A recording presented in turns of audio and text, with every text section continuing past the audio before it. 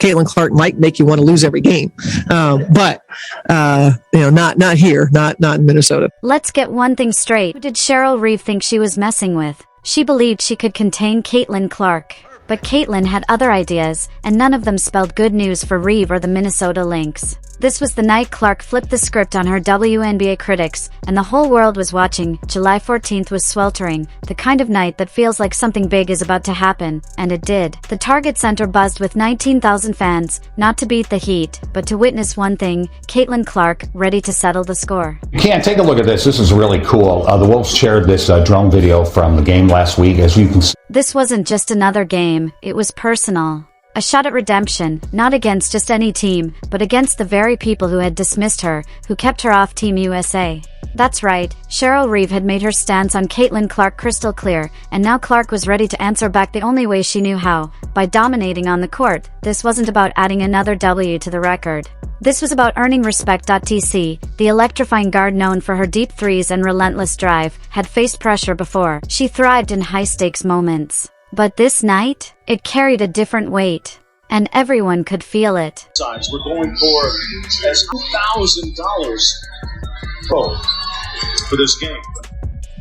Caitlin Clark walked onto the court like it was just another day at the office, but the energy in the arena said otherwise. Crowd erupted, split between roaring support for Caitlin and chants for Reeve's Lynx. Tension crackled in the air, and then came an unexpected twist. Cheryl Reeve was spotted courtside wearing a bold shirt that read "Black Girls Rock." It was a clear statement, one that didn't go unnoticed and sparked immediate buzz among fans and commentators alike. But Caitlin? Unshaken. Eyes locked in, heart steady, she stayed dialed in on the game and the mission. While Reeve made her statement from the sidelines, Clark was ready to make hers where it mattered most.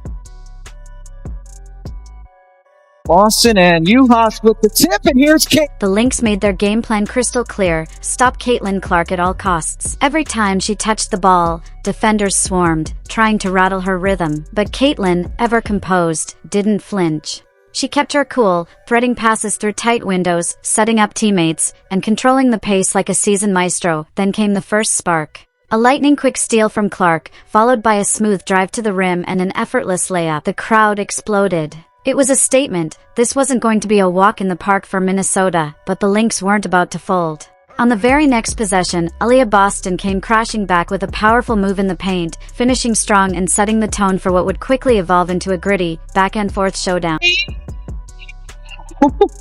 How about that? To get by Cartman, then As the first quarter wore on, the Lynx tightened the screws on defense. Their strategy was clear: make life miserable for Clark. She was hounded by double teams, bumped on every screen, and denied space at every turn. The physical play ramped up, and clean looks at the basket became a rare commodity. Still, Caitlin kept grinding, navigating the pressure with grit and poise, refusing to be rattled. on the right side of the floor, Carlson's just been a little strong on a layup.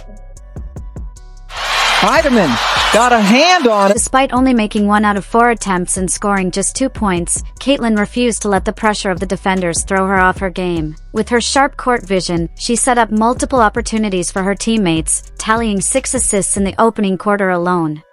Xander Lucini, some good length on the perimeter on Caitlin. That is a tough pass. Wow. And somehow The intensity soared in the second quarter as Zandalasini sank a flawless three-pointer, sparking wild cheers from the Lynx fans. from a sold-out Target Center. Xander Lucini got 3-point shooting. But Caitlin Clark wasn't about to let that moment slip by. She took it personally, almost as if to say, "Let me show you how it's done," and went all in. With fierce determination, Caitlin charged through the Lynx's defense, slicing her way to the basket with relentless aggression. Her sharp passes and fearless drives to the rim made it clear she was on a mission to take control of the game and silence the crowd. Aaliyah Boston and Nalissa Smith quickly stepped up, dominating the boards and grabbing crucial rebounds. Their tenacity in the paint kept the fever in the fight, giving Caitlin the support she needed to make plays and counter the Lynx's momentum. Caitlin capitalized on the opportunity, sinking a smooth step-back three, her first of the game, and the crowd erupted.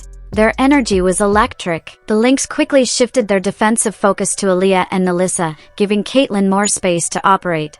She seized the moment, finding her rhythm and scoring 7 points by halftime. Caitlin took full advantage, hitting a smooth step-back three, her first of the game. Hit it.